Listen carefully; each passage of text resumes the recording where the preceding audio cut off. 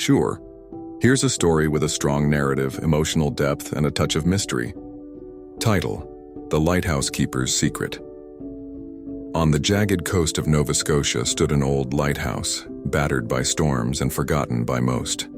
Its keeper, an elderly man named Elias Thorne, had tended to it alone for nearly 40 years.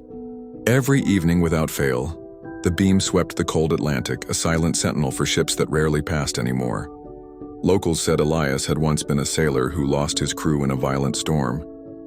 Others claimed he was hiding from the world, nursing a secret too heavy to bear. One winter morning, after a storm tore through the cliffs, a young woman named Maeve washed ashore. Elias found her unconscious, her wrists scarred with rope marks, and her eyes, when she woke, were full of storms. She remembered little except a name: the Rook. Elias took her in, offering shelter and food in exchange for silence. But Maeve couldn't let go of the feeling that someone was still out there looking for her. As snow fell and winds howled, the two formed a quiet bond. She asked nothing about his past, he asked nothing about hers. But each night Elias would stand by the window and stare at the horizon as if waiting. One night Maeve found an old trunk in the basement.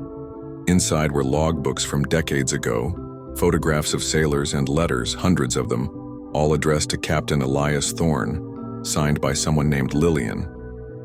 The last letter was dated 1984, the year Elias took the lighthouse post. Maeve confronted him. Who was she? He looked at her, his eyes full of tides and regret. She was my wife. She believed I was dead after our ship went down. But I survived.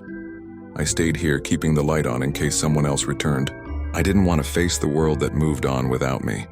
Maeve was silent for a moment. And now? Now, he said, you've given me a reason to believe again. Spring came, the ice melted. Maeve remembered more.